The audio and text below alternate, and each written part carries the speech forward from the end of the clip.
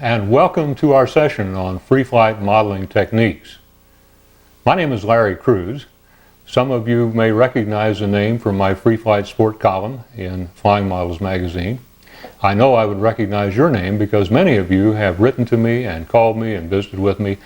Many of you I've seen on the contest circuit, and I hope that the session we'll be dealing with today has something of interest to you. For those of you who are just beginning this hobby, we've selected a topic of covering with tissue that I think will be one that will tend to amplify your abilities as a free flight modeler. We want this session to be useful to you, and so as a consequence we selected some airplanes to begin with that you saw in the lead. And in the introductory portion you saw several aircraft, all of which are free flight.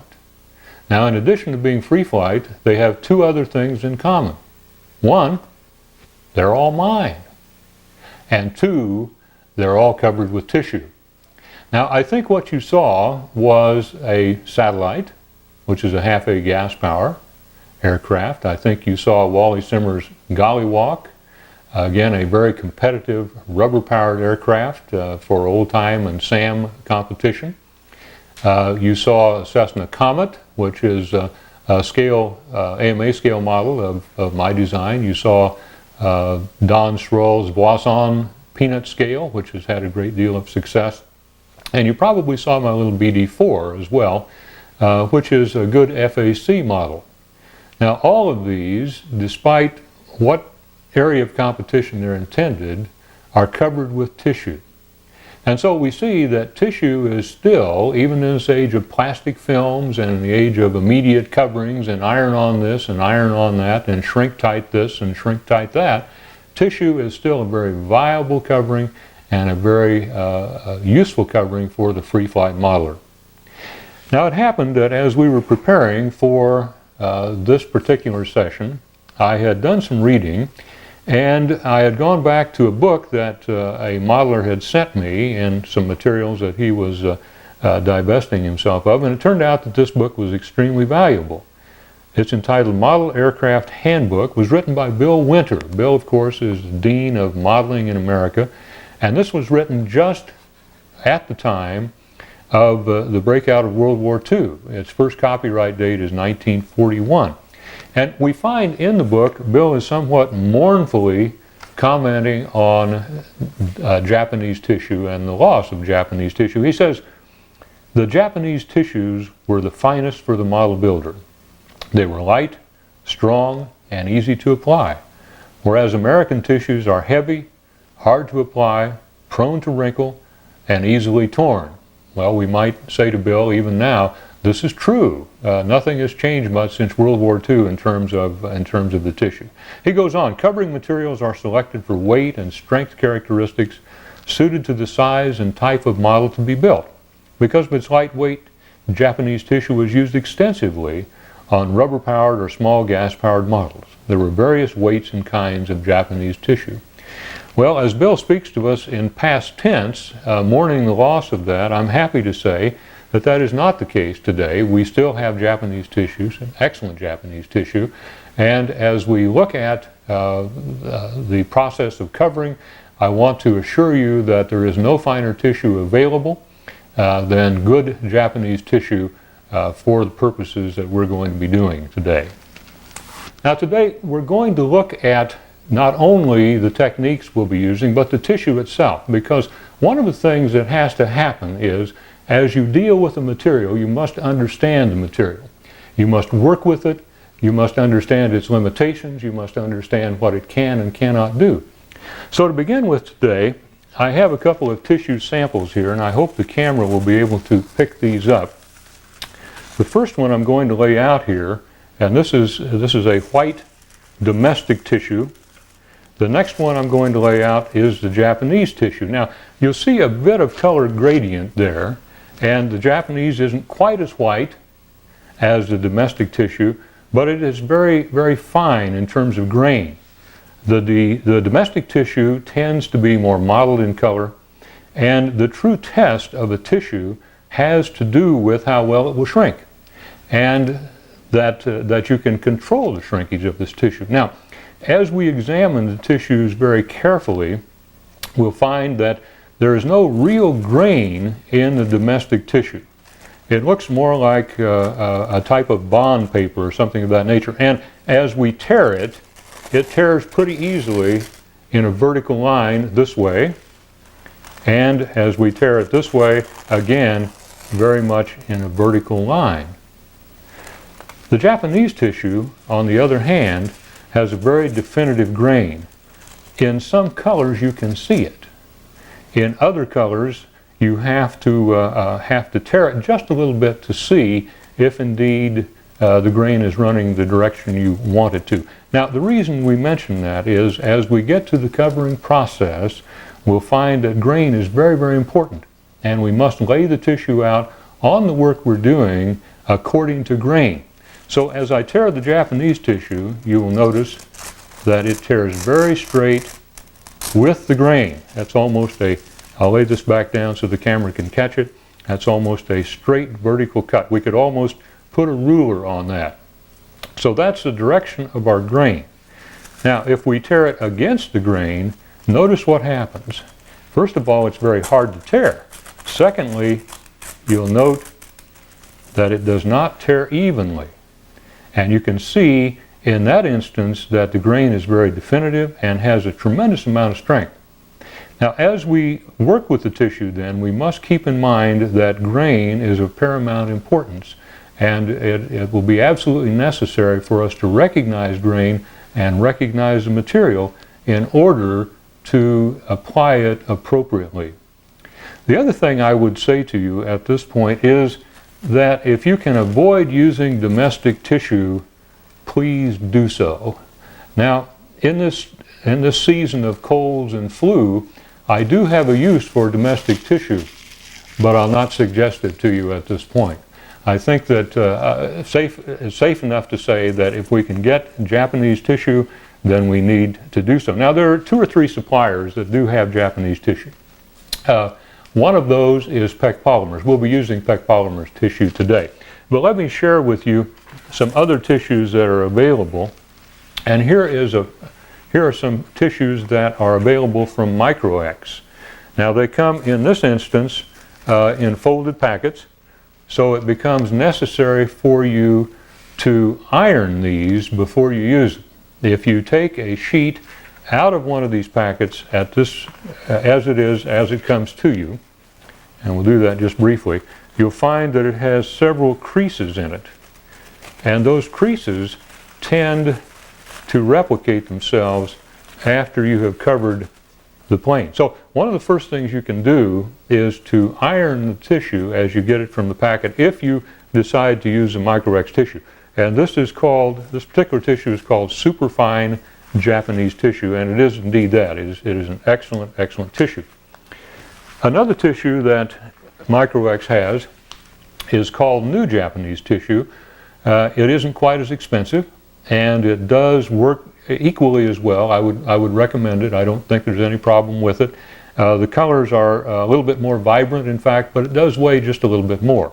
So the superfine Japanese tissue and the new Japanese tissue are 2 products that I would recommend and you might want to look at. Here's a third tissue. I build a lot of antique airplanes and those that require simply a linen covering. And I think you saw the Voisin and also saw my Cessna Comet. And both of those required almost a linen finish. And this is a tissue called early bird tissue, and it is designed essentially for the antique airplanes, and again is an excellent tissue, and I would recommend it to you. Again, PEC Polymers, Micro-X carries these, and Hobby Supply South is one of the larger carriers of Japanese tissue products, and ones that I think that you can use and feel very comfortable about at that time. Now, I think probably the larger number of questions that I get from modelers in regard to tissue covering is, how do you keep the darn stuff attached? Or how do I attach it without wrinkles? Or how do I attach it so that it shrinks evenly and doesn't bow the framework and things of that nature? Now, there have been recent developments, and I'm going to bring a couple of products here in front of you. Some of these you've seen before. First of all, the old standard for attaching tissue is Aerogloss, and Aerogloss dope or SIG dope or any of the commercially available dopes works very, very well for attaching tissue. You probably will want to use it full strength to attach the tissue, and I'll show you how to do that in a moment or two. And then, of course, a development during the latter part of the 70s was using white glue. Now, you don't use it straight from the Elmer's bottle as we have it here, but you do thin it, and you thin it about 60%, that is to say about 60% water, 40% glue, and then we'll be looking at ways of brushing it on the framework and using it to attach the tissue successfully. And then the latest development, and one that is of particular use to almost everyone, is the glue stick. Now, this is simply a standard glue stick that you could buy at any of the Walmart stores or Kmart stores or school specialty stores. This one happens to be one called UHU or Yoo-hoo. I don't really know how it's pronounced, but we refer to it generically as Yoo-hoo. Also, you will find that Denison has a glue stick that is very, very useful. I like this one in particular because you'll note the color. And the color, as it is used, is kind of a bright purple, and the color itself tends to change and become clear as the glue dries. So you have a very good indication not only of how you have covered the framework with the glue, but at what stage of drying it's in. And again, we'll be dealing with this. So today, we're going to be covering an airplane. And for part of the airplane, we'll be using the standard dope method, which some of you may employ or want to employ. For another part of the airplane, we'll be using the white glue method. And for a third part of the airplane, we will be using the glue stick, which I think you will find very, very advantageous. At this point, we will prepare to get the airplane ready for covering and lay out our tissue. So we'll take just a brief break. As we begin covering, like all modeling tasks, you need certain tools. The tools we need for covering with tissue, however, are very, very simple, and you probably already have them on your workbench.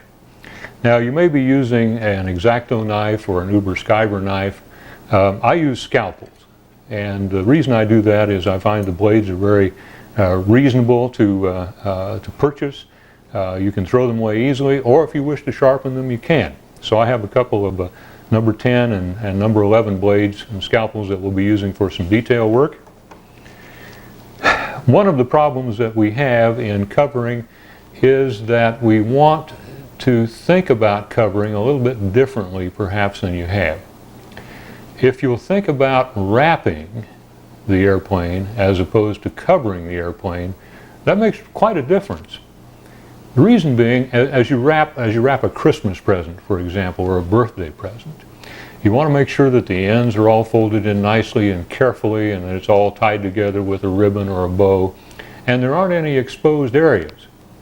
And covering with tissue works somewhat the same way, in that we don't want to just cover and leave some exposed areas, for instance, on the trailing edge or the leading edge or part of the fuselage, but you want to wrap it entirely. So in order to do so, as we trim the tissue, we have to do so with a little bit of overlap. Now, what I've found most useful for that, and we'll be demonstrating that in a little bit, is actually the disposable razor by Gillette. Now, we're not going to shave the airplane, but you'll find that this comes apart quite easily. In fact, you can simply break it right there, and then you have access to two very nice and very sharp blades. There are 4 little pins that have been melted down to secure the blade, and you can drill those out very easily with about a 3/16 inch or 1/8 inch drill, or 3/32, I'm sorry, 3/32 or an 1/8 inch drill. And what you get from that are these very nice little blades. They're very thin, they're extremely sharp.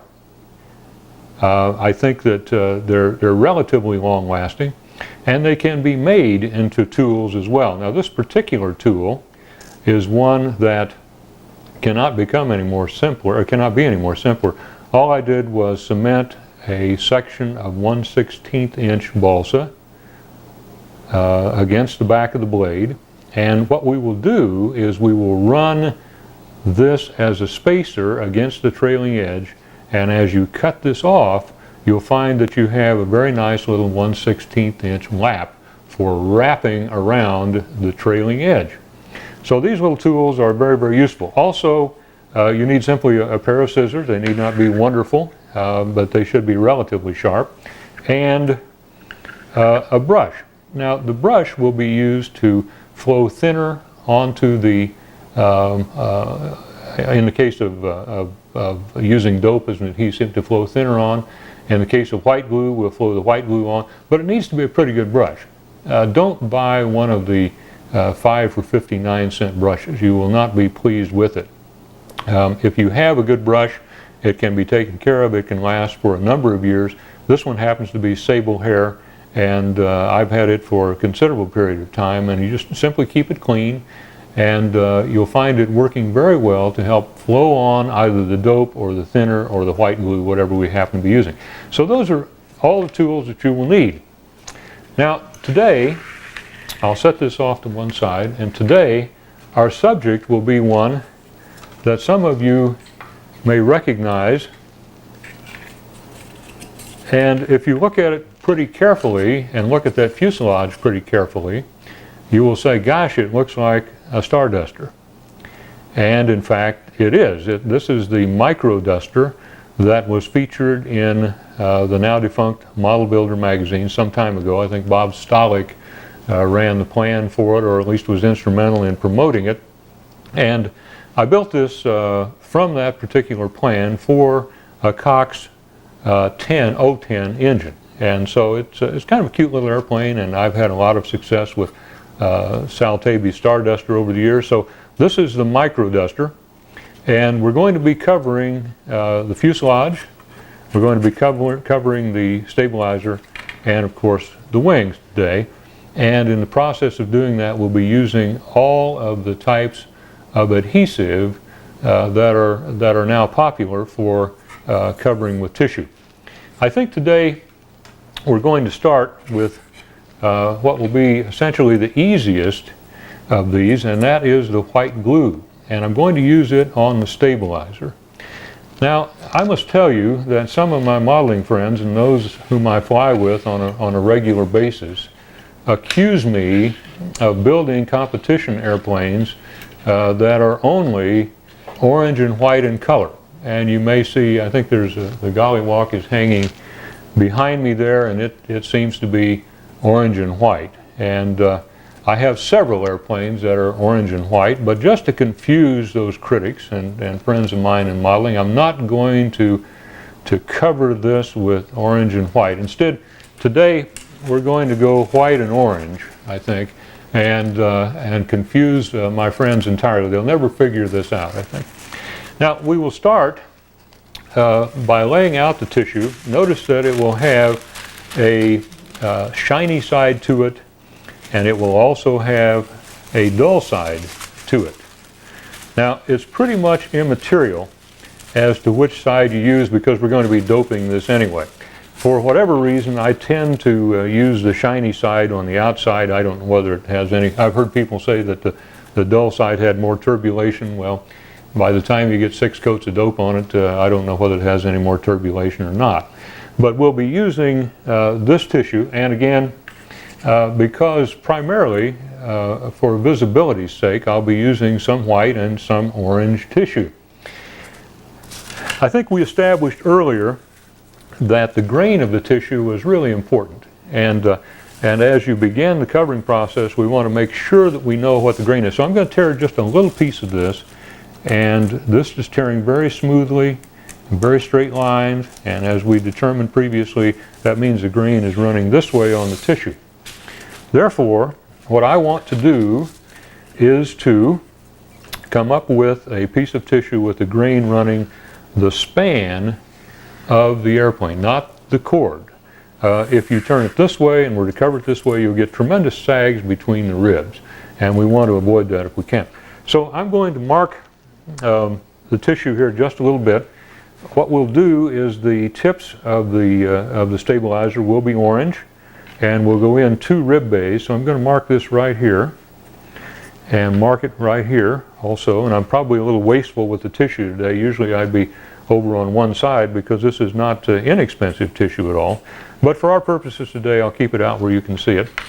And then I'm going to use just a steel edge razor and one of my scalpels here.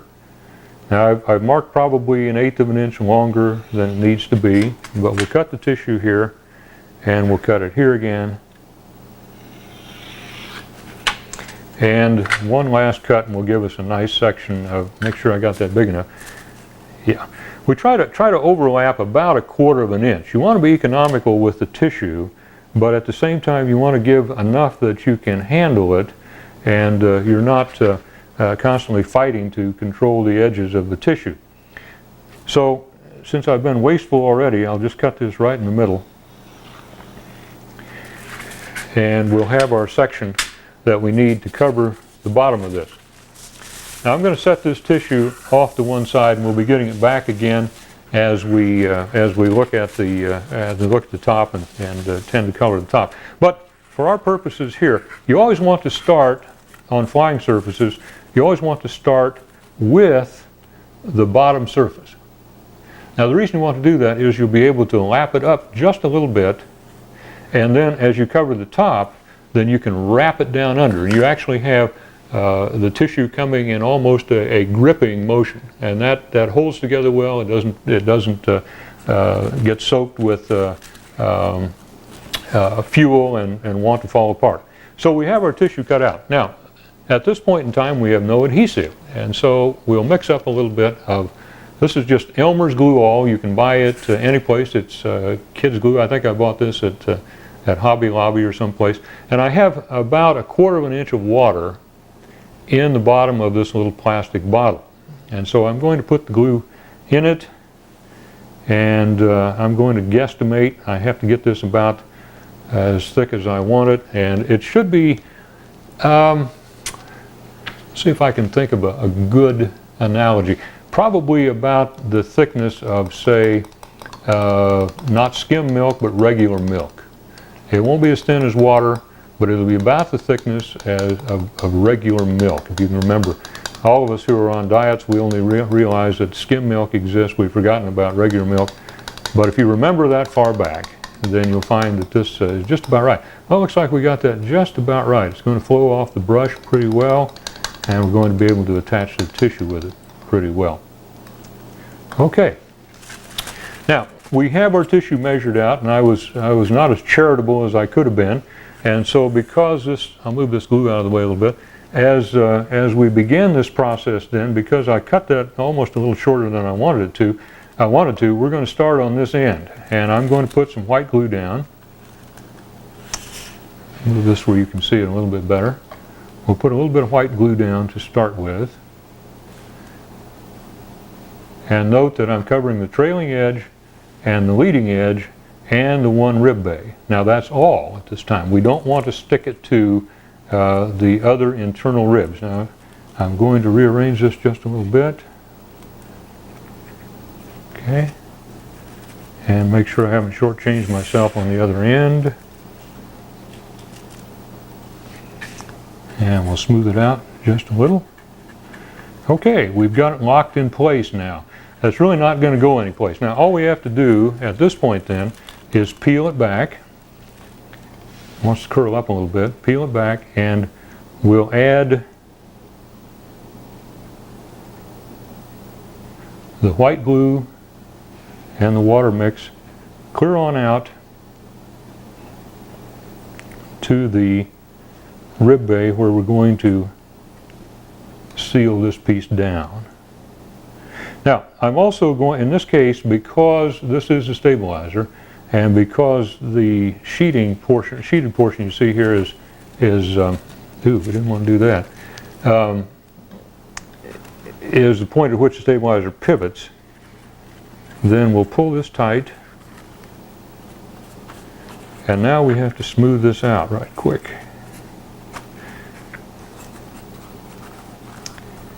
Now you have some time to work with this, but not a lot. And there is one of the problems. Once you've wet the tissue with the white glue and water, you need to lay it down pretty carefully and smooth it out pretty fast, because the water does weaken the fibers of the tissue somewhat.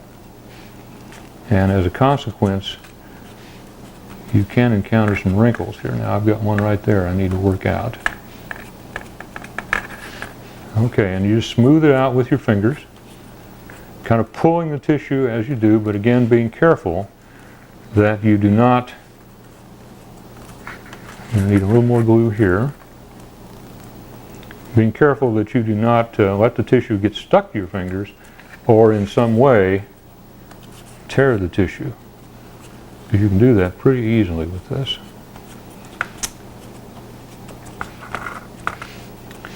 Okay. Now we have that pretty much laid out. Now, as you can see, it's smooth. I had a little glop of white glue and water there that I didn't like very much, but it looks like it's going to dry up and be all right. And we'll let that dry just a moment or two. And as it is drying, we'll get ready to use the orange tissue. And again, we'll do this in the same way. Now this I'm not going to tear, because you can see the grain in it. You can hold this up to the light and you can actually see the grain. So I'm going to cut just a little chunk of this. Hope I am. Okay, now there is something that you should watch out for. Make sure that the scissor is clean. I'm going to have to talk to my wife about this. She's been doing craft things, and I believe this has rubber cement on it. That's a real faux pas here, and I'm sure Seal will be very happy to tell me that she had nothing to do with this.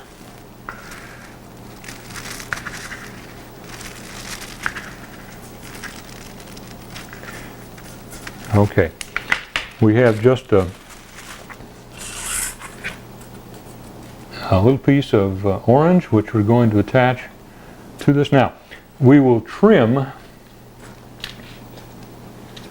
the excess tissue on the rib that we have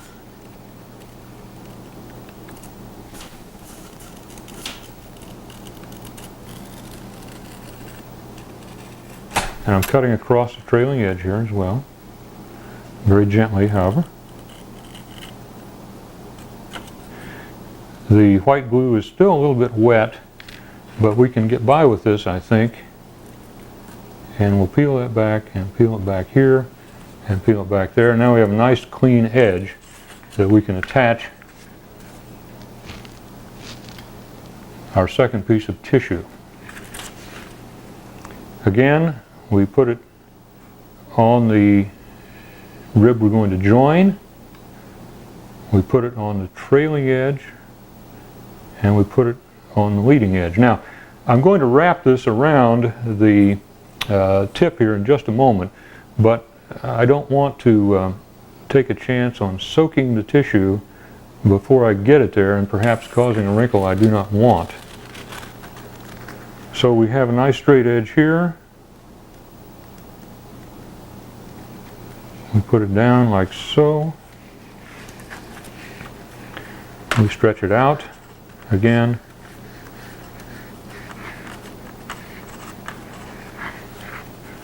And we're getting where we need to go with this. I'm going to put just a little bit more glue underneath that.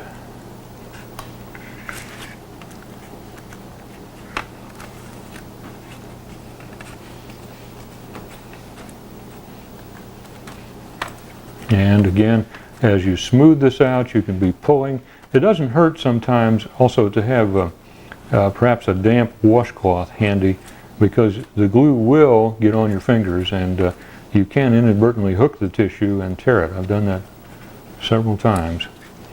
Okay, we're going to get one more piece of tissue here. I think I'm going to give up on my scissors here for the moment until we get them cleaned off. That's a good object lesson, I think, and that is anything we do in the hobby, we need to make sure that the tools that we're using are both either sharp and clean, or or sharp or clean as the case might be. And in this instance, I did not check the scissors to see that they indeed were clean, and as a consequence I didn't get a very sharp edge on that tissue, and you really need that when you're coming across a piece of this type. Now we're ready to do the other edge then. I've got this pulling up a little bit. You can always go back and fit a little glue in under that and pull it down. Okay, and again we will cover the edges, the trailing edge, the rib which we're using to join the two tissues, and the end rib. Now notice we are not covering any of the ribs in the center with glue, with the exception of the sheeted section which I mentioned earlier, because it is going to need a little bit of strength in there, and the glue does assist in giving that. Okay, we'll fit this on to that rib, and again pulling to the outside very gently and pulling down, and at the same time sort of mashing out the wrinkles. You do have that latitude with white glue insofar as you can simply sort of mash it out. Now sometimes when you get too much, the glue will sort of squish out the edges, and then when you do get it on your hands, you're in some trouble, because what will occur there is you immediately will stick it to a piece of tissue that you didn't want to stick it to, and usually in my case it's always a tissue that's already been attached, and that's never very good. Okay, I have one little area right here that looks like it didn't take glue very well. We'll see if we can't add some to it, and we'll let that dry for just a moment or two. It really doesn't take very long. You'd be surprised how quickly the glue does dry. The only difficult thing that you might encounter is that you may soak some of the tissue adjacent in the open rib base, and when you do that, it really wants to shrink up tight. I've got a little spot right here that we'll have to get out a little bit later because I had slopped some things on it. But again, it won't be difficult, and you'll be able to work with it pretty easily. Now, I think this is dry enough at this point. I'm going to start trimming the edge here. Now, because this trailing edge comes down to almost a knife point, I'm not going to worry too much about leaving a lap joint on this one. Now on the leading edge we'll leave a lap so we can wrap it up a little bit, but in the trailing edge we're not going to worry too much about it. And as I cut down through here, I always try to start sort of in the middle, and there you can sort of slice it down through, you can see. Now that's right up against the trailing edge. You're using the trailing edge as a guide. The nice thing about these little razor blades that you've taken out of the Gillette disposable is that they're very thin, and they're also very flat, and as a consequence, if you run it right against there, right against trailing edge, you do pretty well with that. It works pretty well. Now I'm going to go ahead and trim this on out just a little bit.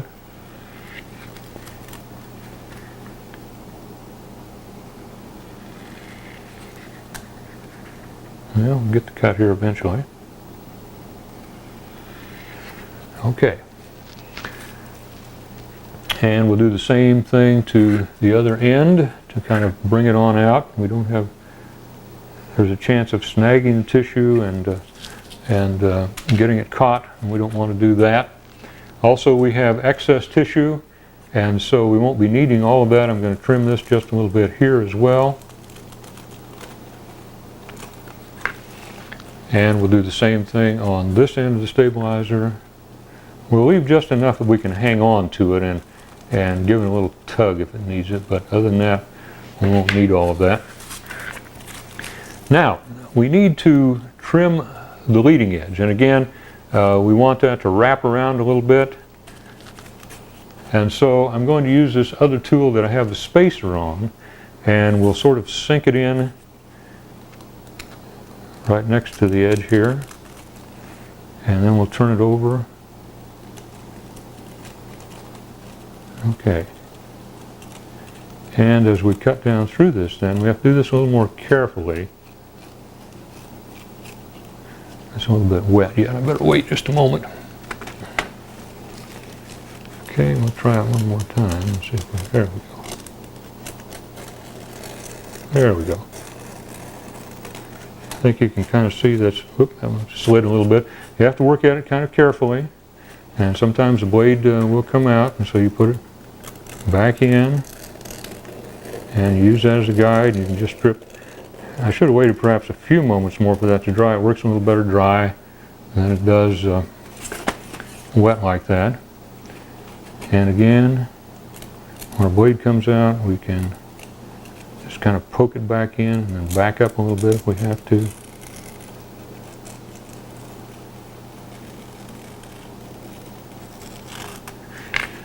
Okay, I've got one little spot here yet.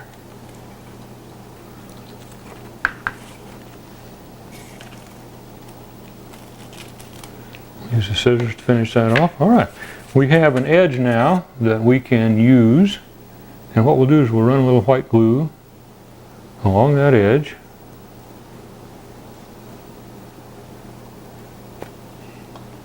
And we'll just fold it up.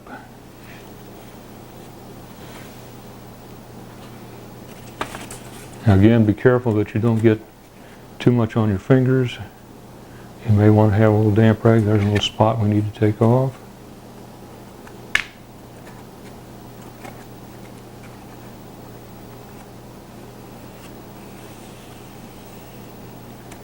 Okay.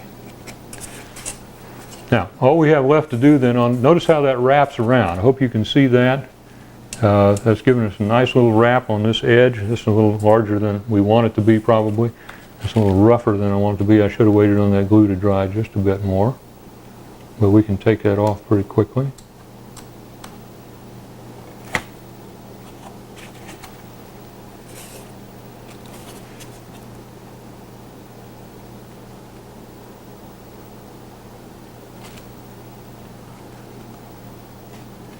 And we'll get this all nice and even.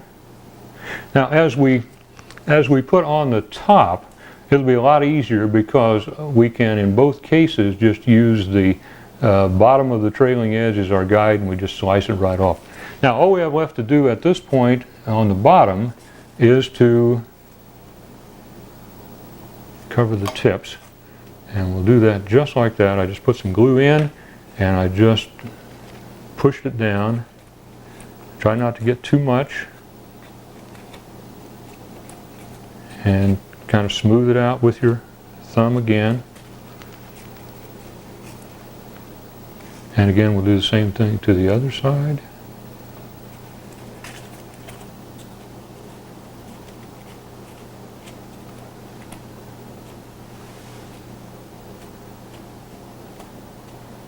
Okay. And again, the tissue tends to kind of orange peel or wrinkle up a little bit, but you can just smooth it out with your finger, and eventually about the third or fourth time through it'll stop wrinkling, and you'll end up with a nice smooth portion. Now I'm going to let that dry just a little bit because I've slopped some glue on the edges of that. As that dries, we will trim it off, and when we come back we'll cover the top side of it and our stabilizer will be done.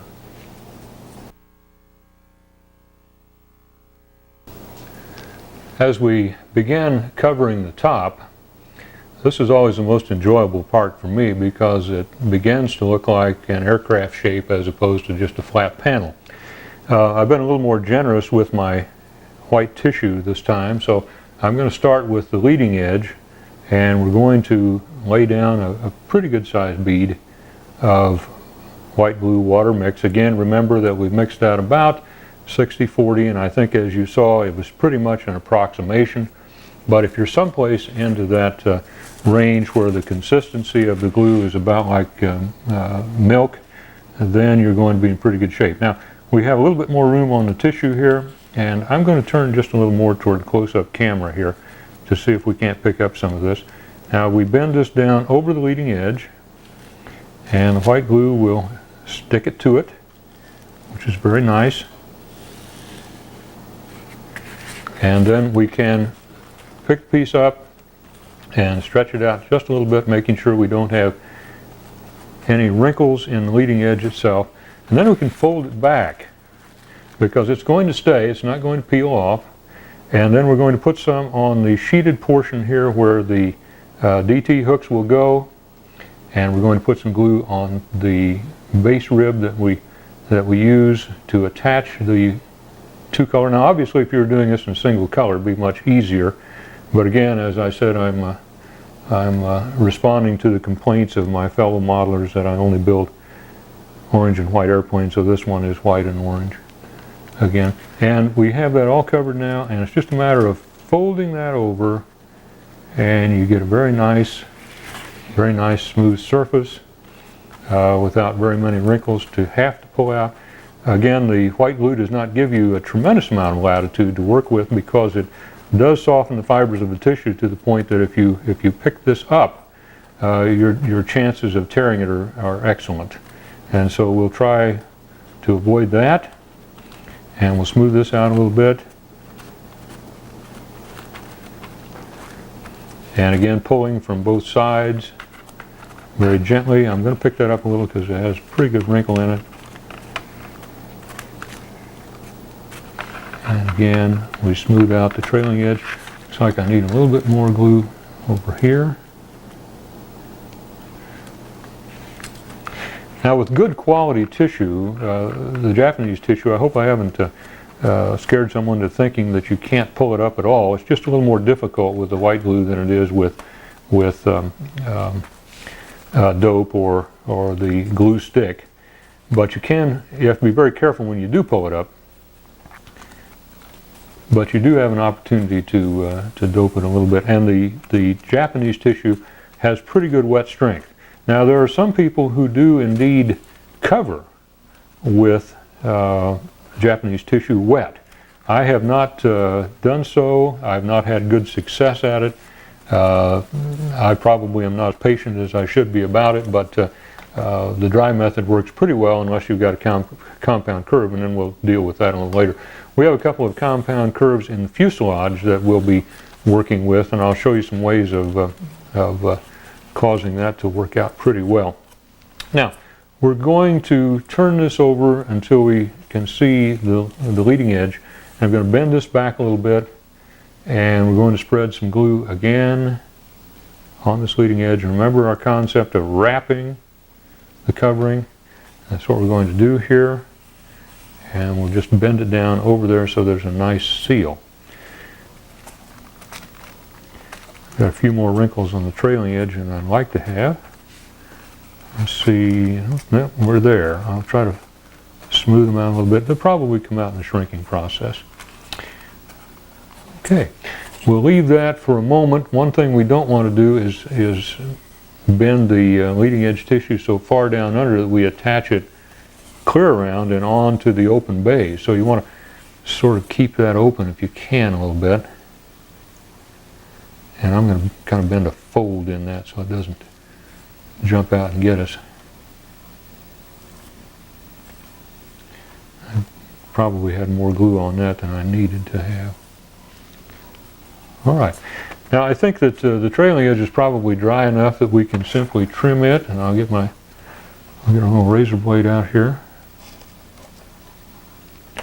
Helps if you turn it over and use a cutting edge somehow. We'll trim that. Still a little wet. We'll wait just a moment or two. Again, it trims much easier when it's dry, and so you do have to give it a little bit of time.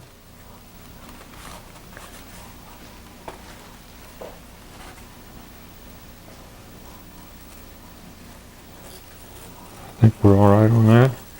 And you can sort of measure by the way the blade trims it. If it's rough and ragged and you're starting to tear the tissue a little, let it dry a little bit longer. You can wait just a moment or two, it won't hurt a thing.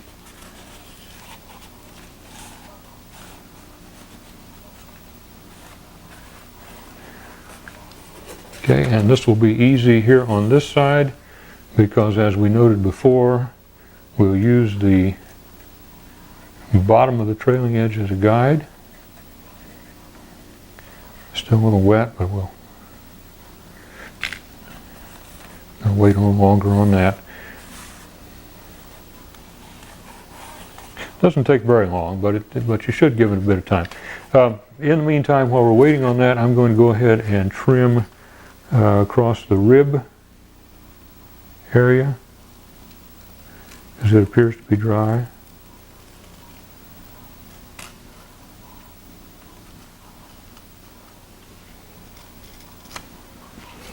And notice that you do cut a little bit, very lightly, into the trailing edge and into the leading edge. Won't hurt a thing as long as you do it very gently.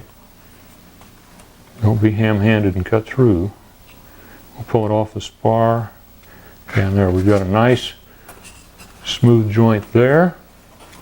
I'll turn this around, and again I'm going to drag this across the leading edge a little bit.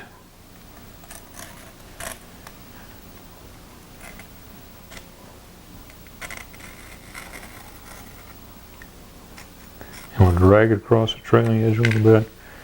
And I see a little piece I can pick up there. I got it. And we just peel that right off. We're attached a little bit here. All right. We have yet only to trim the leading edge, so let's do that. Should be dry enough by now. Yeah, very nice. See the difference? Just a few seconds makes there. We had a rough time trimming that, and then all of a sudden we're just in pretty good shape because we gave it time to dry. Now, we have an edge up there, and we'll go back over it with glue one more time.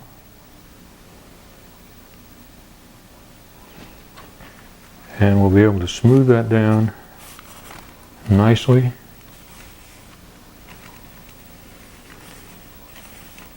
And you see it gives us a very nice, smooth leading edge. It's all wrapped. There aren't any exposed pieces of balsa there. And we will then do the same thing to the tip. Now I've got a little bit of tissue here I've got to get down first.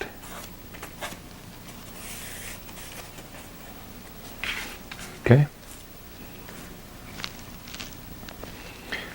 I'd already pre-cut the tissue for the tips to save a little bit of time, and again we'll use essentially the same technique. Now in this case, rather than attaching it to the leading edge first and wrapping it over, we have to be concerned with getting a nice smooth and more importantly straight joint on the attach rib. So we're gonna attach it there first, and there's where we'll fit our tissue first rather than fitting it to the leading edge first. We'll fit it to the rib as we did on the bottom.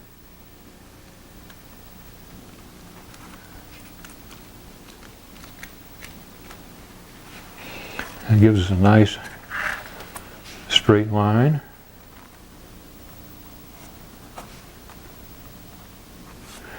And we'll smooth that out a little bit. Now we can fold it back carefully. It will come off on the rib because of the concave surface, or convex surface I should say.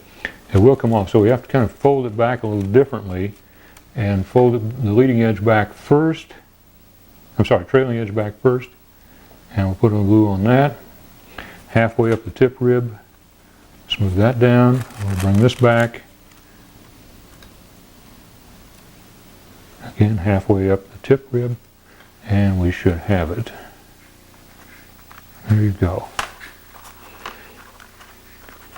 Again, we'll pull gently. I just reached over to take some of the glue off my fingers. You can sort of tell whether or not you're sticking to the framework pretty quickly, and just reach over and tap the damp rag a moment and you'll be fine. One of the things you want to make sure that you do is to make sure that this joint rib, as I've called it, is attached firmly, because when the tissue shrinks, if it pulls up from there, then the rest of the tip is going to look really ugly, and we don't want that to happen. Having a little more difficulty getting this the way I want it than I usually do. There we go. And again, we smooth out the sort of alligator-looking wrinkles. The tip looks like it's going to require a bit more glue.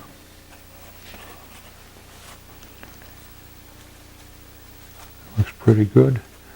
We'll let that set up for a second. Now remember, all we need to do then on this tip is to wrap this under. We'll have to let that dry a little bit before we do. And then trim off the trailing edge and we're in business. The last tip, we'll do the same way. I have pre-cut the tissue and it will give us a nice straight line there. We'll start again by putting glue on the attaching rib. I'm going to come down a little bit further this time. I'm pretty comfortable with what that looks like. We'll see if we can do it all in one fitting without having to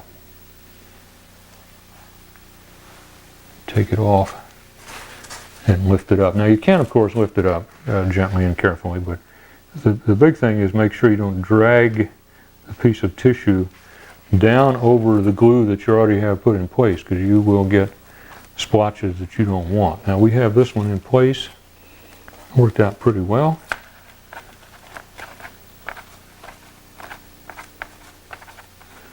We'll simply smooth the wrinkles out.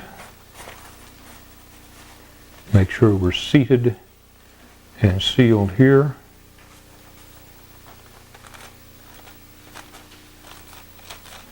Looks like we're going to need a little more glue on the tip here as well. Now, apparently in the sanding process, I have somehow caused this tip piece to be a little lower than it should be. It's not exactly even with the top of the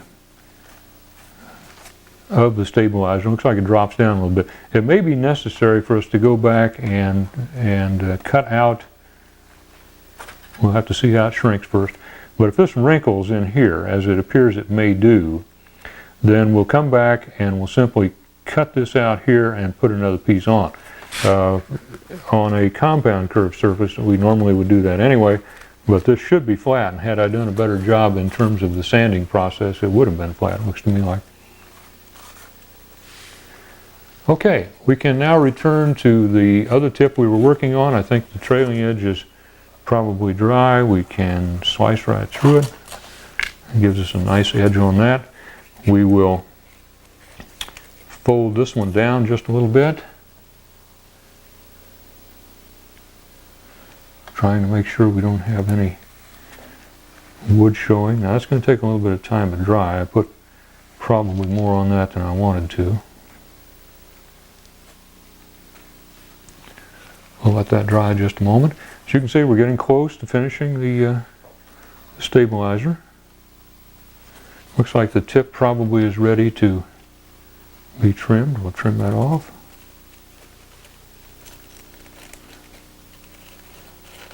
It's a little wet yet. We'll wait. The tissue sort of tells you whether or not it's ready to be cut. If it's not ready, it won't cut. That's just all there is to it. Yeah, that needs a little more time. All right, as we are completing the stabilizer, then the next process that we will undertake is, as soon as we get it to get the glue dried and set up, we will water shrink it. Except in this case, we won't water shrink it. We're going to use rubbing alcohol. That's simply isopropyl alcohol. And the reason we'll do that is you can control the shrinkage a little bit better with it than you can with just water.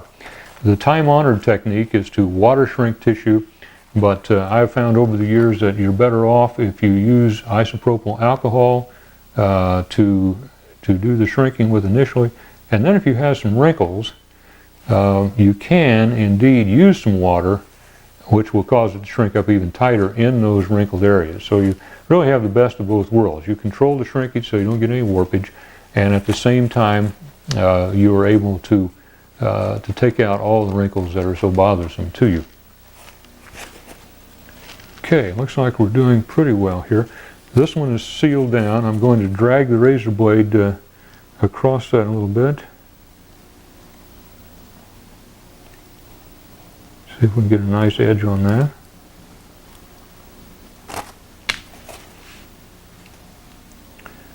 And now you can see where we wrapped it a little bit. I think you can see the edge of that, but as it dries, you'll be surprised that it'll just sort of blend together. And if it's really bothersome to you, what you can do is to use some 600 weight sandpaper and just sand it a little bit after the first or second coat of dope. It'll just disappear. It'll look very good and you'll feel very good about it. Okay, I'm going to see if this tip piece is dry enough to trim. Looks like it is.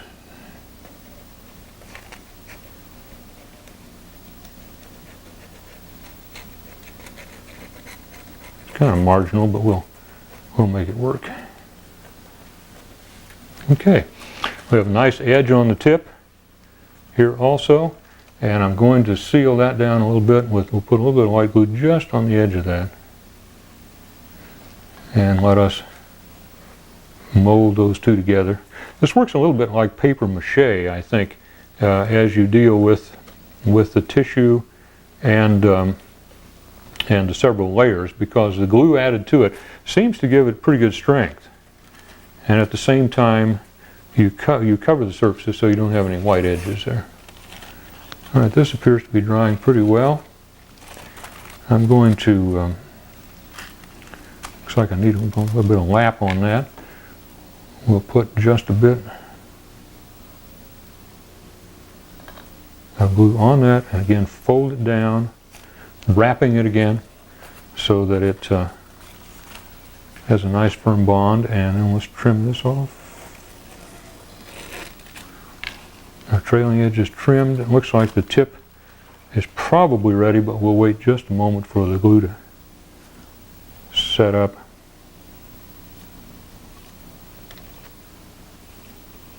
On the leading edge.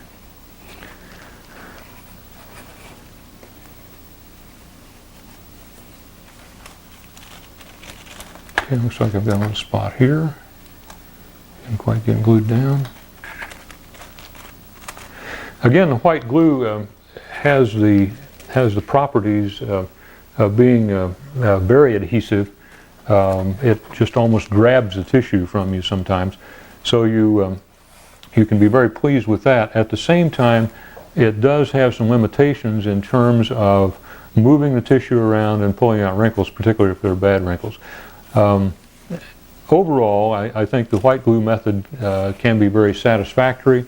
I think that if you're prone to want to move your tissue around a lot and lift it up and mess with it, then you probably will elect something else. But for purposes of flat surfaces and particularly for stringered fuselages, for narrow bays where you have only, say, a ½ inch down to tapering down to nothing, the white glue works very, very, very well, and would be the method that I would advise for that. And I think that our demonstration of this, and I'll get this trimmed off for you here in just a minute.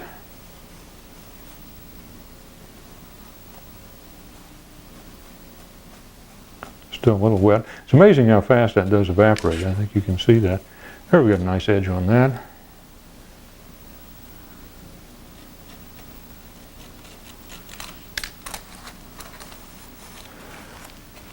And we have just the tip to trim yet. I'll turn it around here so I can kind of attack it from the backside. I'm going to do this a little differently because it looks like I've got some wet spots. So I'm going to come into this from the middle, just sort of slice in a little bit, and then we'll work this way with it, trim it out.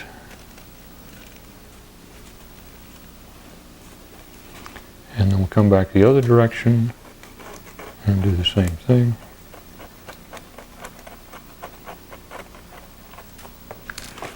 So there we have the stabilizer. It has been covered using the white glue method.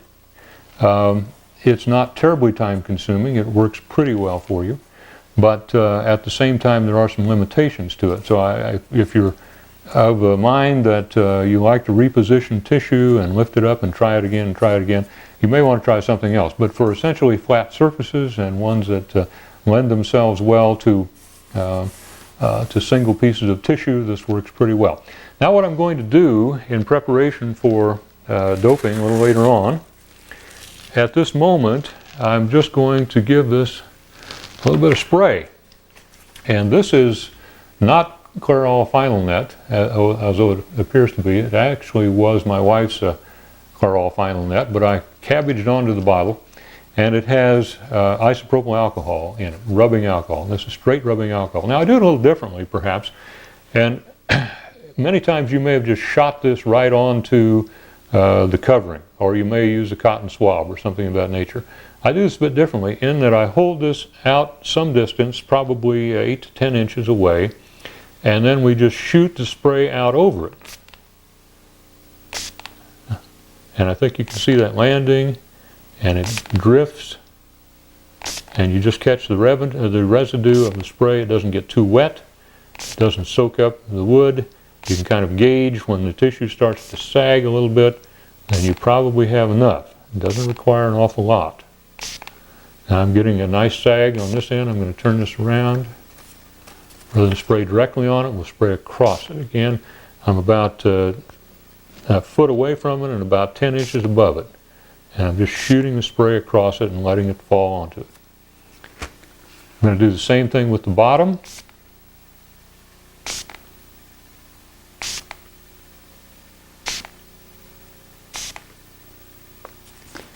And we'll turn this around.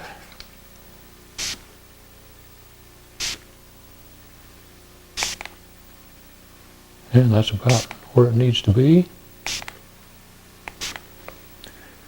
And we'll stop with that. Now, we'll set this off to one side and let it shrink. And as it does so, we'll come back to it and treat it with some dope and let you take a look at it at that point. At this moment, we'll pause just briefly, and then we'll come back. What we're going to be doing next is we're going to be doing the fuselage, and it'll be probably the most time-consuming and probably the most difficult to put tissue on. Now, you really wouldn't have to tissue a fuselage, but I like to do it for the sake of strength and appearance as well. And so we'll be using the dope and thinner method for attaching tissue to this. In the case of the fuselage, it has about 4 coats of dope on it ahead of time. It has just a little bit of a sheen on. I don't know whether the camera doesn't quite pick that up, a little bit on the pylon there. You can see it's a little bit of a sheen. So you need to have enough dope on it so there is that sheen, because what we're going to do is dissolve or soften the dope underneath by bleeding thinner down through the tissue. And at this moment, we'll take a little break and be right back with that.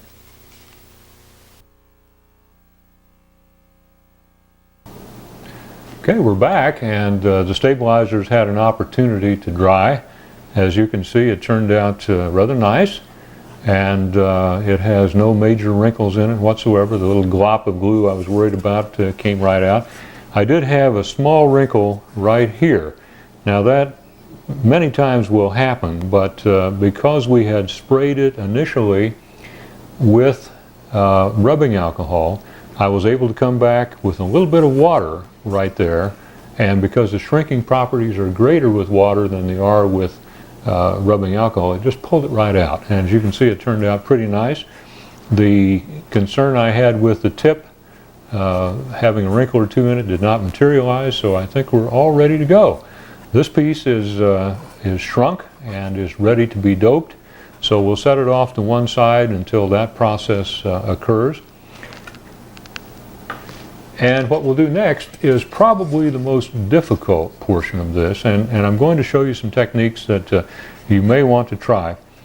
Basically, we have a fuselage here, which is a slab side fuselage. Now that part's going to be pretty easy. In fact, what we're going to do to save a little bit of time, I'm going to guide you through the difficult portion of this, and then as we get to the slab portion where all we're doing is laying on flat paper on flat surfaces, we'll do a time lapse on that. You'll be able to see the whole process, but it won't take quite as much of your time in terms of viewing. Right now what we're going to do, however, is we have a difficult area right around the motor mount. Now, for those of you who recognize the Starduster motor mount, it is a high thrust motor mount. So the motor actually sits right here. And then, of course, the rudder is underslung and the wings above that.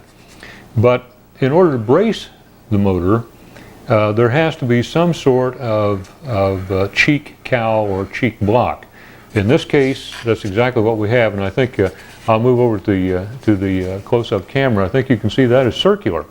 So that creates an interesting problem for us, because although the rest of it's flat, this part is circular and we have then a compound curve. Now I'm going to treat that in this fashion. We're going to cover this portion first, and then we're going to cover the pylon area, which has sort of a notched out area for the cheek and the motor mount area, and then we'll cover the flat surface. We'll go from hardest to easiest. To prepare for that, I have pre-cut some tissue, and this piece will go over the cheek block itself. This piece will then fit back inside it and fill back inside it, and we'll just have to cut and trim a little bit as we go. There's no real way to do this other than sort of the old cut and fit method. Now, again, I remind you that you have to prepare the surfaces appropriately.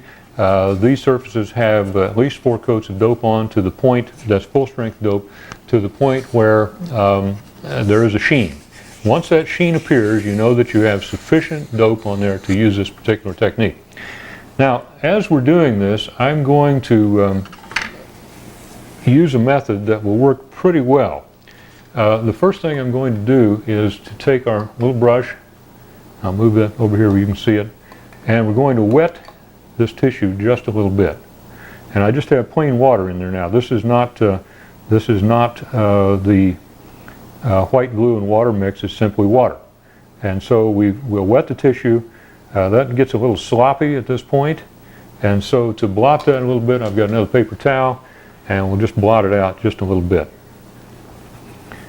So that'll give us a nice damp piece of tissue, which will work a little bit better in terms of going over a compound surface. Remember, the tissue itself is flat, the area itself is compound, curved, and because of that we have some difficulty. Now, in this session we're going to be dealing with the dope and thinner method. Now, what I have here is a bottle of Aerogloss dope that I put in a smaller container, and it's been thinned about 40%. So it's not full strength dope, it's just thinned Aerogloss. And then we have some Sig thinner, and don't worry about contrasting the brands because they work pretty well. This is butyrate dope. Although it's nitrate thinner, it'll still work well. That's not a problem for us at all. And so we'll begin by, I'm going to have to re-dampen that just a little bit. Talked too long and it dried right up on us here. So let me do that and we'll re-blot it just quickly.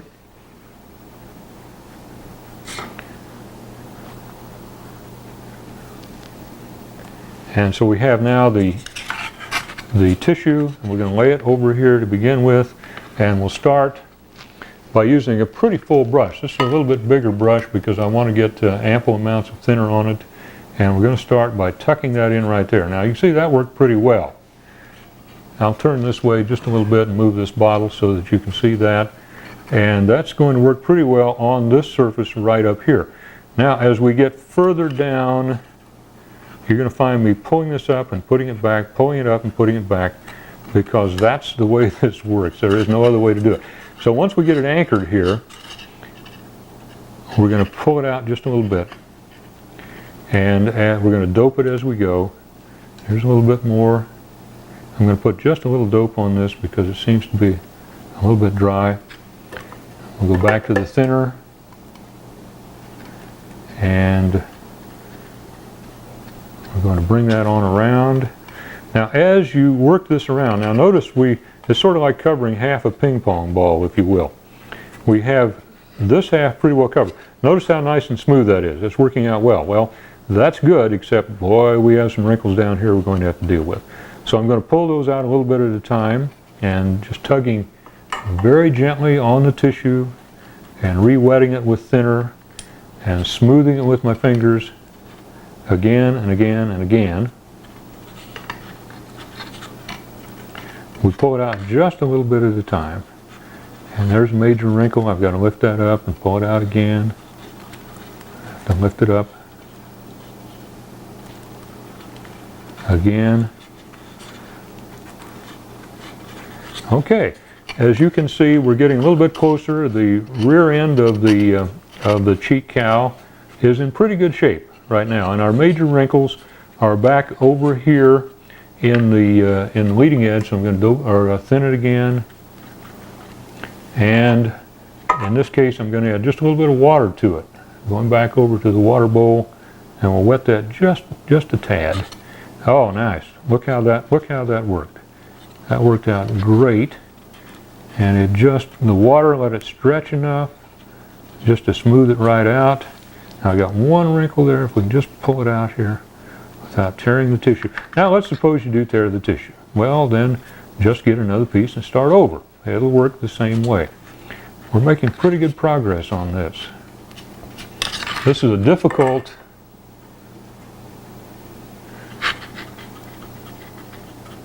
thing to do. We'll put a little more thinner on it, wet it a little more, smooth it, put a little more pressure on it. Okay, we're making headway. Now, I'm going to take my scalpel and trim this just a little bit around the edges. Now, we seem to have that in pretty good shape. I'm going to dope it down now because I don't want that to get away. And that'll give us a good basis now. We'll smear the dope in a little bit more, make sure that it soaks through.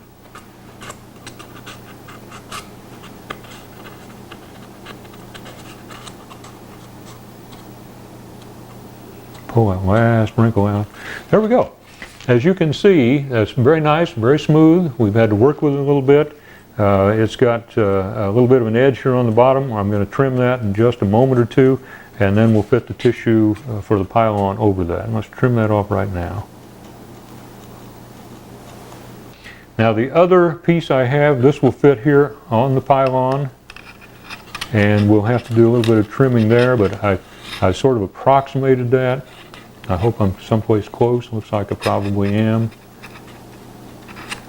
Okay, and we're going to do the same thing with it. And, whoop, let me leave this back here. Insofar as we're going to dampen it just a little bit.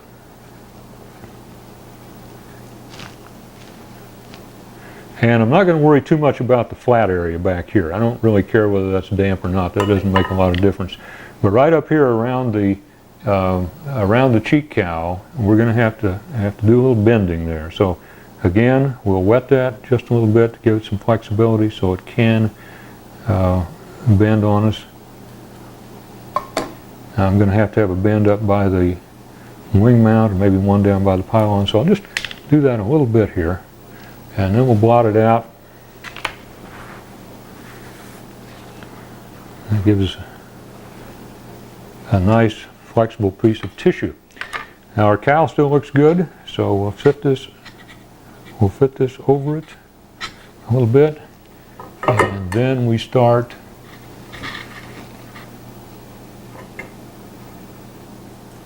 putting thinner on it again to bleed it down through. Okay, that looks pretty good.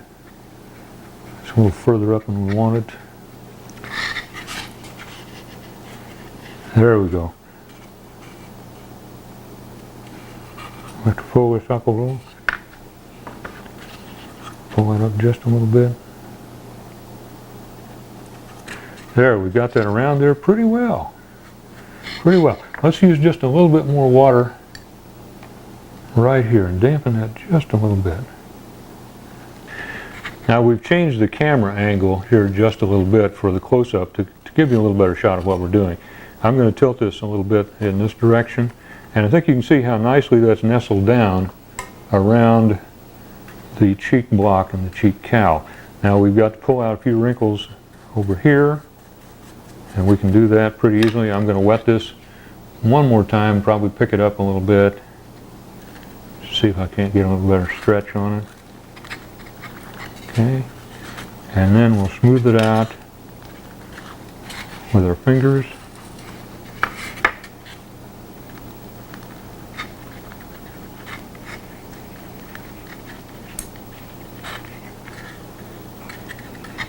couple of wrinkles pulled in there. There we go.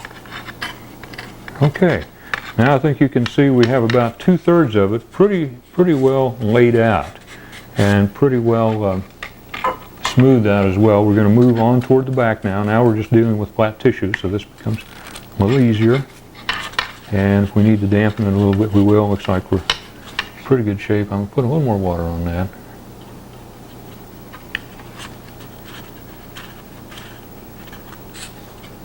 And all the while pulling back, trying to keep the wrinkles out of it as best we can, pushing forward, always working around the periphery of what we already established here, so we don't have to go back and do that again.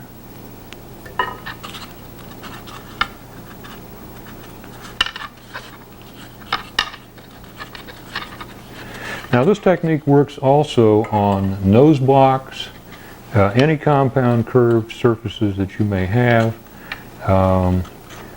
If you're really brave, and instead of using water, I sometimes just wet my fingers and go after it. But it's a technique I've developed called dope a little, spit a little. Not very appetizing, but it does work. I'm going to add just a little bit more water there. And it's interesting, isn't it, that the tissue continues to take water even though it's got dope on it. And it will do that as long as the dope is not set up. Once the dope is set up, then it's a very difficult kind of thing. You can't really do that. Got a little spot up here. I'm going to put on some water on that. And what happens is, in effect, that the water allows the tissue to expand, and at the same time as the dope is pretty much impervious to it. It doesn't have much effect on it at all. Okay. And we are very close to having this about where we want it. I'm going to trim this right here because we'll have another piece along the fuselage that will come along here. All right, there we have it. This is the most difficult portion of covering the pylon. I think you can see that we have a nice compound curve here, very flat plate here. At this point in time, it becomes pretty much academic in terms of how you cover it, because you have nothing but flat plate here, flat plate here. Now the one thing that I will do as we cover this, and you'll see this in the time lapse, is I'll put a little spine, a tissue spine up here on this thickness, and I'll do the same thing here. In other words, we'll have a little strip of tissue about 1/8 of an inch wide. And that will allow us to wrap, again, keeping in mind the idea of wrapping our tissue, that will allow us to wrap the side tissue over onto the top without any gap at all. And it'll work out very, very well for us indeed. Okay, at this juncture, I'm going to go ahead and begin covering. I probably will not have any descriptor for you, because we want you to see the whole process, but you've seen the toughest part of it, and in the interest of your time, and certainly the interest of the length of the video, we're going to compress this in a time-lapse effect, and then show you the finished product when we're done.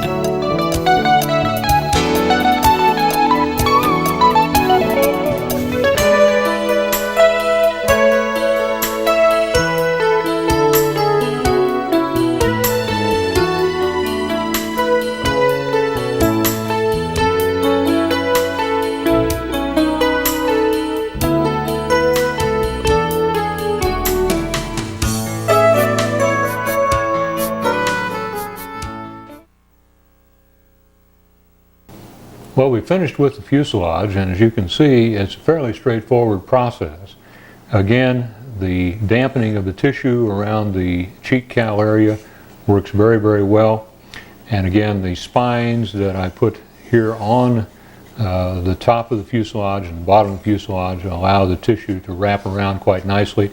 And by the time we put another coat or two of dope on it, we'll give it a bit of sanding, and it'll all kind of blend together and look acceptably good, I think. The little plane is turning out pretty well. What we're going to do now is one of the more interesting developments in tissue covering, I think, to come along probably in the last 30 or 40 years. I really don't know who to give credit for the development. I know that that Tom Hallman, who is the current FAC national champion, has used it to a large degree, used this particular technique with a great deal of success on his scale airplanes. So some of what we'll be doing, I credit to Tom Hallman, because he is essentially the one who discovered that you could put on this glue stick, or put the glue stick rather, on the airplane, let it dry up to 2 or 3 days, and come back and brush isopropyl alcohol on it. It would soften the glue underneath, and you'd be able to mount the covering. In this case, we're going to have, we've got about, I should mention, we've got about 3 coats of dope on the wing to seal it. We're going to apply the glue stick to it. You'll see it go on in a purple fashion. We'll lay the tissue over it, smooth it down. If we have some rough edges any place, we'll be able to deal with them by using the isopropyl alcohol. Again, we're going to cover the bottom of the wing first. I have pre-cut some tissue. I'm going to make sure that it's all right. Again, the grain runs span-wise in this case. And we're going to do the same thing we did before. We'll have an anchor rib or attachment rib over here at the polyhedral break, and we'll have the center rib here. What I'll be doing is applying glue on the trailing edge, on the attachment ribs, the leading edge, the center rib, and again the far attachment rib. I think you'll find this process interesting, and certainly the simplest of all processes. It doesn't seem to make much difference where you start. You just kind of color it on there. If you've ever had a yen for playing with the children's crayons, this is an opportunity to do it. You can see the purple going on, and that gives you an indication that that there is coverage and that you are applying glue appropriately. You can actually go over this 2 or 3 times if you wish to do so. I sometimes do. It doesn't seem to have much buildup. I've slobbered down in there just a little bit. Let me get that out. I don't want that to attach yet. Sometimes with the broad head of the stick, well, you sometimes do that, but by and large it works out pretty well. And if it dries ahead of the time you get the tissue on it, again, we simply apply a little bit of alcohol to it, and it activates the glue, and it really works quite well. Now notice I'm doing all of the center section at one single time. Now you can pick this up, you can move it around, you can do anything you want to with it. You've never seen anything simpler than this, I think. As you will note, we've laid that on, and basically we'll press out any kinds of wrinkles that we may have, just as we did before. You can pick this up if you want. You want to give it some finger pressure to make sure it is stuck down a little bit. Again, you can see that I can pick that up and lay it back down. I've got an area over here that is wrinkled a bit. I'm going to put a little bit of alcohol on that. We'll activate that, and it smooths right out. Very simple. I'm going to put a little bit of alcohol right down the leading edge to make sure that we have attached it. On this side, it looks like it might have dried a bit. Here's a little spot over here. I'll put some alcohol on it, smooth it up a bit. Again, the attached ribs are important for us, so we'll make sure that they are indeed attached. Moving to the other panel, looks like we've got a couple places here that need to be smoothed. I'll just run a bead of alcohol down there.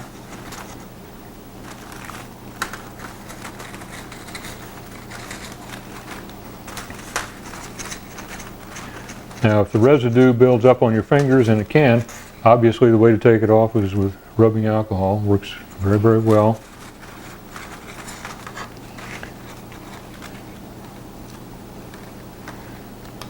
Also very inexpensive, I think you'll note that. Glue sticks cost, I don't know, $1 or $2 probably, and I end up using about 2 of them a year.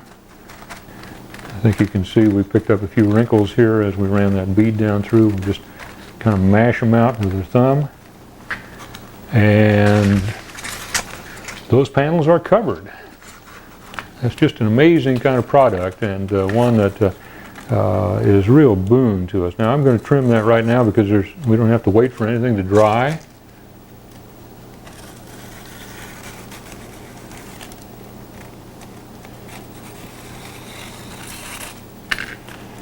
I'll press out a few more wrinkles here that have appeared a little bit.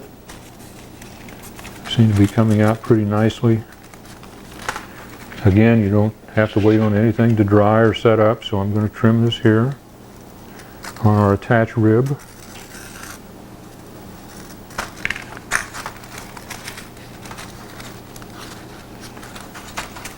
If you're unhappy with it, for instance, I have a small wrinkle right here, but we've been working with this for about 5 or 6 minutes. It is set up and it is dry, but we can reactivate it. And I'll pull that out. There it came out right there. Here's another one down here. Let me pull it there and we'll pull it out.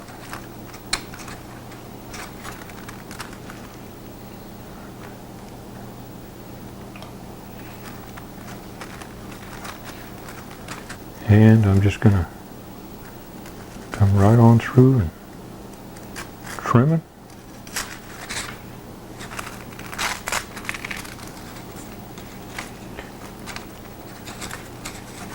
Now again, keeping in mind our concept of wrapping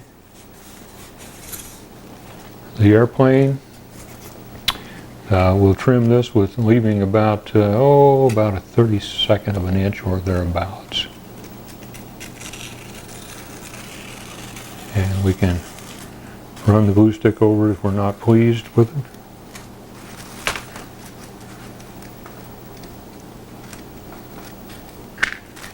Got the tissue bent up there just a little bit. Let me bend it down and we'll trim it very carefully.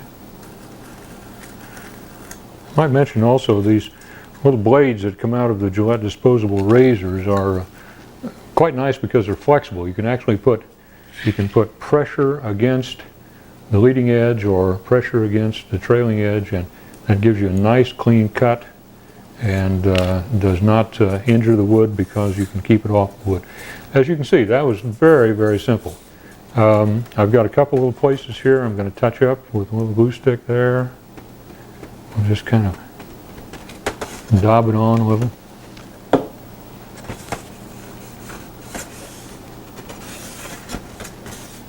And this wing seems to be pretty good.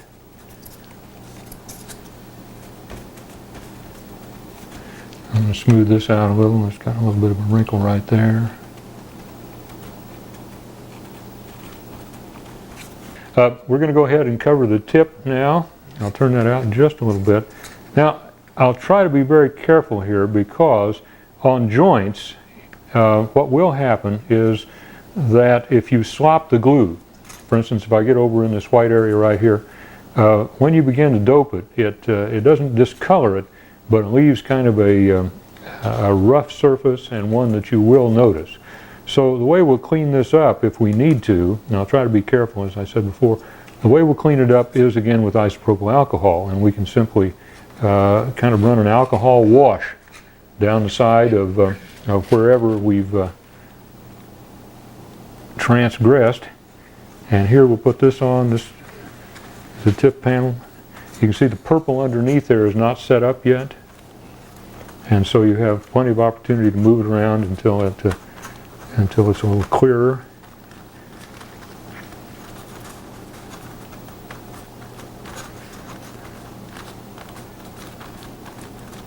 I'm going to mash that down a little bit.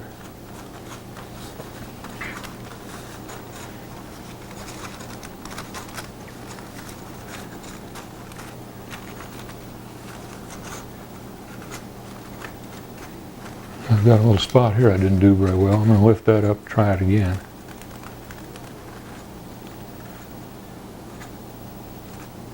There we go. That is a little bit wrinkled, but I think it'll probably, I'll put a little alcohol on it momentarily. I think that'll come out in the shrinking process. I think we're all right on that. And just a bead down here to make sure we get it sealed. On the tissue wrinkles, you have to kind of, again, mash it down just a bit.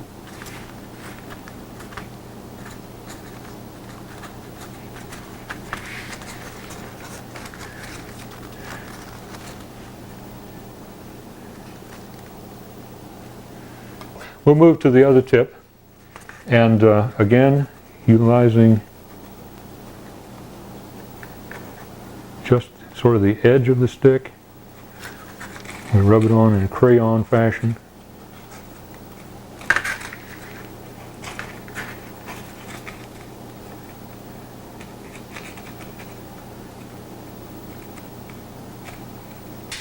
I have a straight edge here I can place over that.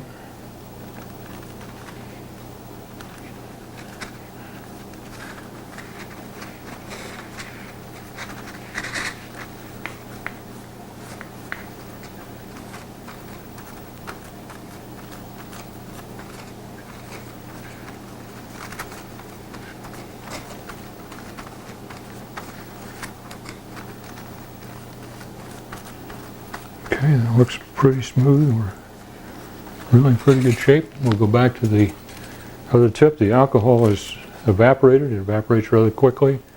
Well, let me turn that around so you can see it in the camera here. We'll just put glue stick on the tip. Just rub it in and rub it on. And bend this down over it. Smooth it out a bit.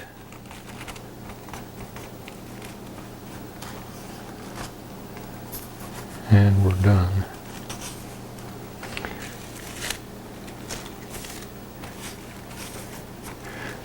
Do the same thing. I'll move to the other tip. Bend it down just a little bit so we can see it at least. Stick the glue stick right in there amongst it.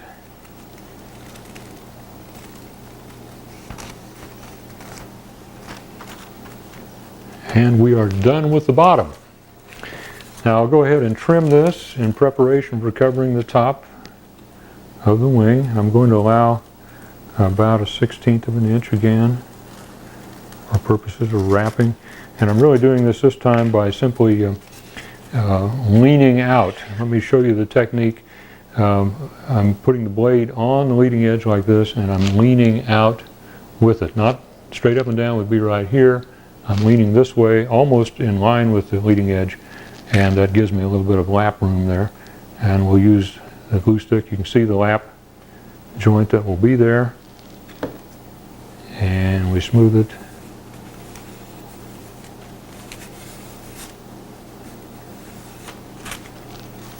Again, we'll trim the trailing edge.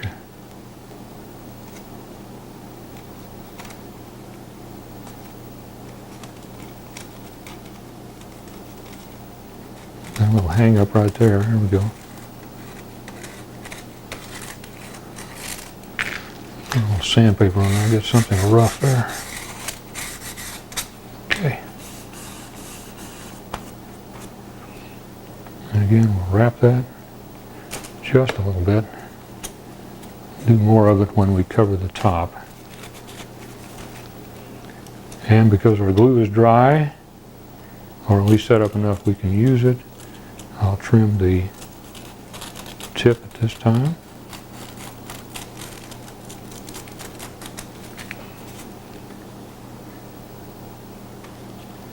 Just rub a little bit over it, mash it down,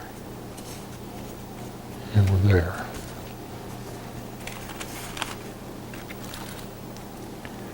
Now, what you'll find is that the razor blade you're using to trim really gets covered with glue and kind of gets goobered up pretty badly. So I'm going to run a little bit of alcohol on it, and then I'm going to wipe it off.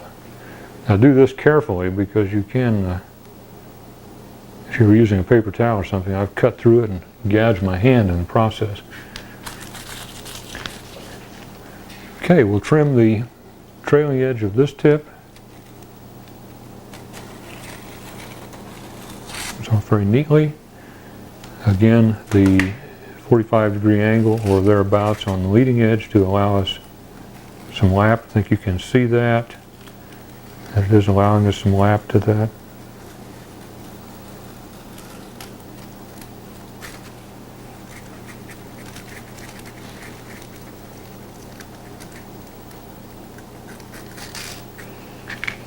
And we'll use the glue stick again.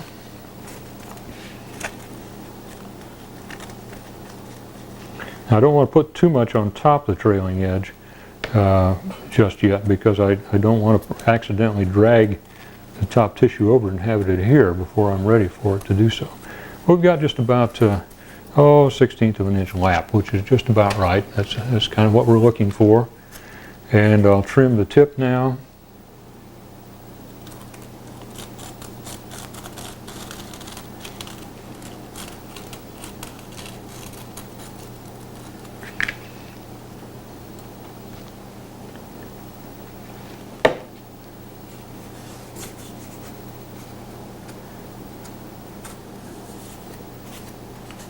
And the bottom is covered. Very easy. Very short time process. Very difficult to make a mistake, which is nice. Now we'll move to the top here. And I think what we'll do here, in the interest of time and certainly your time watching the video, I'll cover one side and let you see what that looks like, because there's a technique here with the rib I want you to be aware of and want you to be able to use. And then we'll do a time lapse on the rest of it, and then come back with some final trimming techniques as we finish things out. I'll mark this and we'll trim it just a little bit. It's a little longer than it needs to be.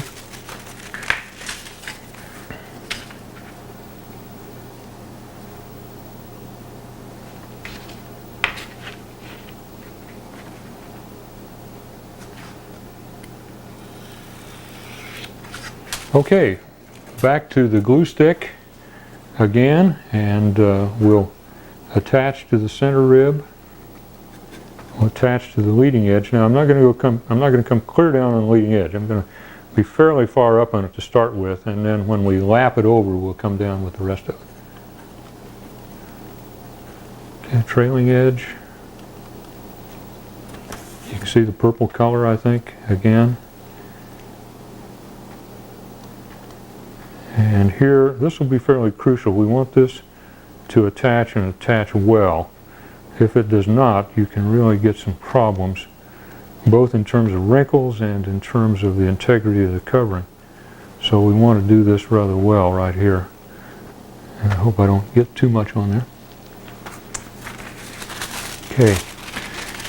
I'm going to fit it to the attach rib first. Make sure we get a good clean fit there. And then we'll move forward, or actually toward the center, if you will. A little bit at a time. Just kind of pulling and pinching. And by that, I'm talking about pulling the tissue out and pinching it down onto the trailing and leading edges at the same time. There, we've made it to the center joint, center ribs. Look how smooth that went on, and how easily that went on. I can, as you might have guessed, I highly recommend this process if you're dealing with tissue on fairly flat surfaces. Now, obviously, there's some advantage to having dope and thinner. I think we saw that in compound surfaces. I've never tried to use the glue stick in a compound curve. I suspect it would work all right, because you could probably wet the tissue with alcohol and pull it around, but I've not tried that. I think there might be some creep on it, because the glue stick will creep a little bit on occasion, so you have to sort of watch that. But for our purposes here, it works out pretty well. and is certainly the simplest of the processes that we've looked at.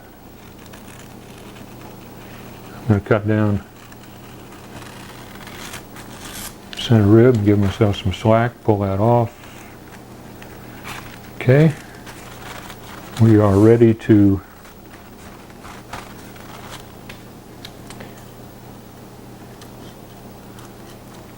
trim the trailing edge, which we'll do. To make sure that our attached rib is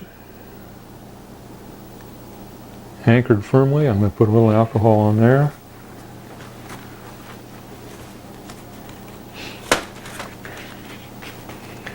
And stuff won't get off of me, it's sticky. As we do our wrap again, I'm going to come with about a flat angle on the tissue, pulling the tissue up so you can get a good square angle on it, and trim it off. Now we can go back with the glue stick again, and we'll just sort of stroke the tissue a little bit. Now do it this way because you do raise the tissue up and get some glue on it as well. If you come this way, you tend to mash the tissue down and you don't get any glue under it, or you tend to wrinkle the tissue. So as you cover it, as you wrap that trailing edge around, kind of stroke up on, or leading edge around rather, stroke up on it a little bit, and that'll give you a good glue seal. All right, we have that panel covered, and I'm going to go with the tip now, but notice, if you will, when I place this on here, that the angle across the tissue is square this way, it's straight this way, but the rib itself is concave. It causes the tissue to need to be concave. So we just sort of eyeball this. I've allowed myself plenty of tissue. I've got a lot out here, and so I'm going to cut just a small arc. I'm going to use the scalpel to do it. And we'll start with a small arc, and if we need to increase it, we will.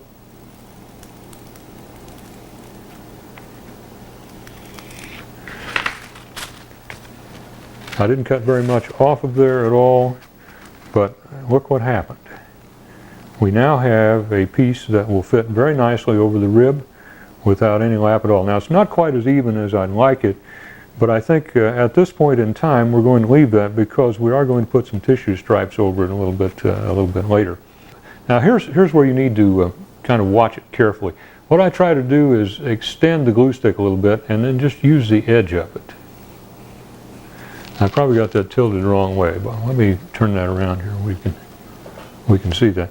I extend the glue stick and then just use the edge of it on the rib, because if you don't, you'll have quite a mess on the other side of the tissue. And it's a lot easier. I will say this for it, the Yoo-Hoo and glue sticks in general are a lot easier to put on than they are to get off. They tend to be fairly tenacious in terms of sticking power.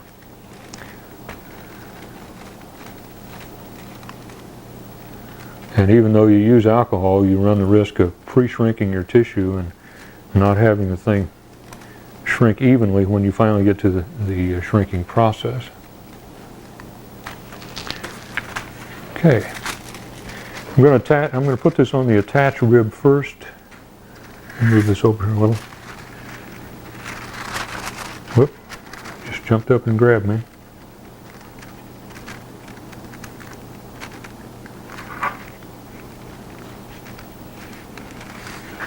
Okay, we got it. Now we'll again smooth it out as we go. And there's a certain amount of slide. It will slide.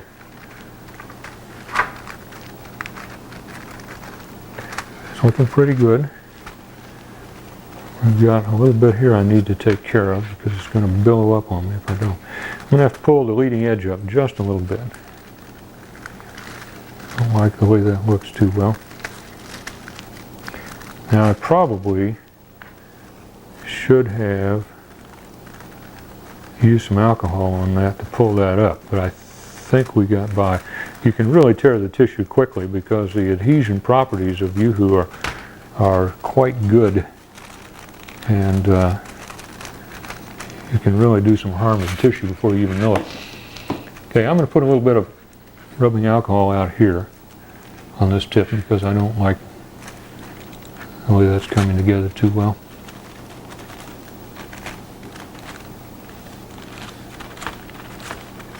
All right.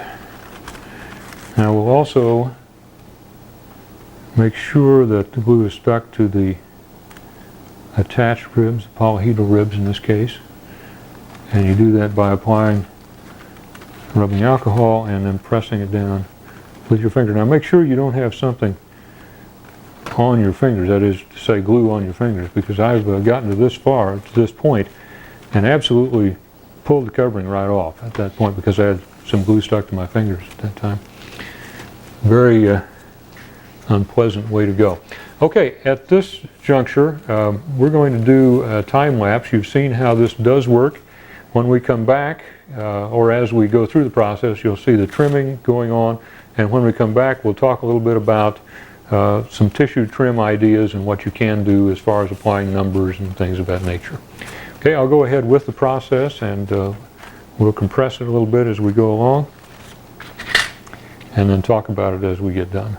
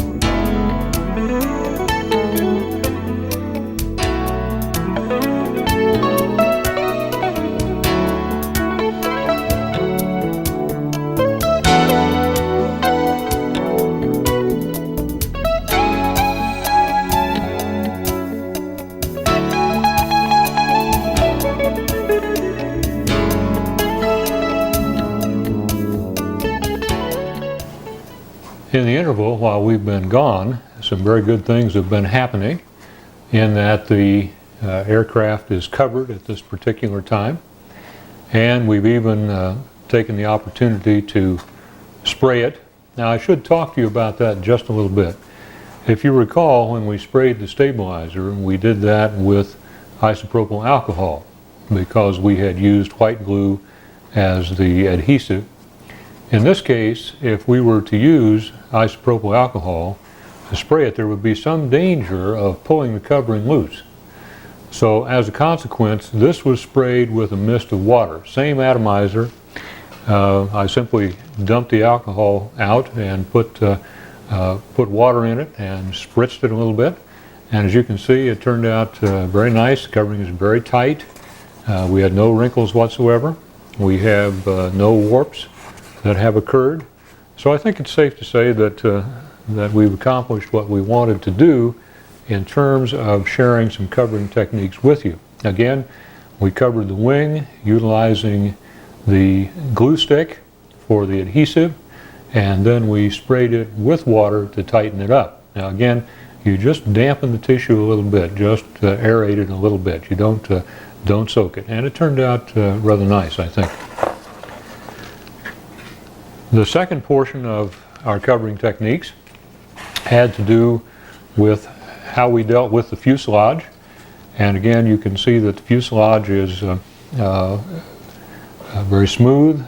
There are no wrinkles there, even though we have compound curves around the cheek cowl. It is very satisfactory, I think, and will add a tremendous amount of strength to that is, the tissue will add a great deal of strength to the fuselage, and we're pleased with that. Again, in this case, we used Aerogloss dope and thinner, so that becomes a viable covering option for you as well. And then initially we began by using thin white glue, and we utilized that on the stabilizer. That turned out acceptably well. We're pleased with that, I think. It's probably one of the messier of the techniques we've used, but it does secure the seams very well, and particularly for rubber scale and FAC scale and a fuselage with some rib bays, with some longerons rather, that would work out very well. On rib bays, it's sort of immaterial what you use, and again, I think the Yoo-Hoo glue stick worked out well.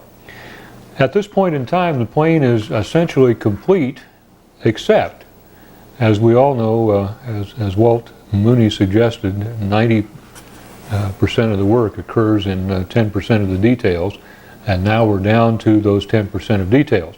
What we'll be doing next, we'll be adding some trim stripes at the color separations. We'll add a trim strip or two and some decoration to the fuselage just for aesthetic purposes, and then we'll be adding the necessary AMA numbers to this particular wing. Again, we'll be doing that after about 4 or 5 coats of dope, probably as many as 6 on the wing, since it'll take quite a bit of fuel, and then the airplane will be complete at that point. I've enjoyed sharing this with you today. I hope it has been helpful. I think a lot of people in getting into free flight are afraid of covering. I know that as I build an airplane, I love to build, and I get to the point where I need to cover, and somehow the airplane sort of stays on the shelf for a week or two until I get up my nerve to do that again. And it's not really an issue of not knowing how. It's that covering is a skill that takes a little patience and a little time, and once you exercise that patience and time and know the techniques that are there, it tends to work out pretty well. I wish you great success in free flight. I hope that you'll take this opportunity to expand your abilities as a modeler. I hope that we've offered you some things here today that will assist you in becoming all you want to be in terms of modeling. Thank you all very much.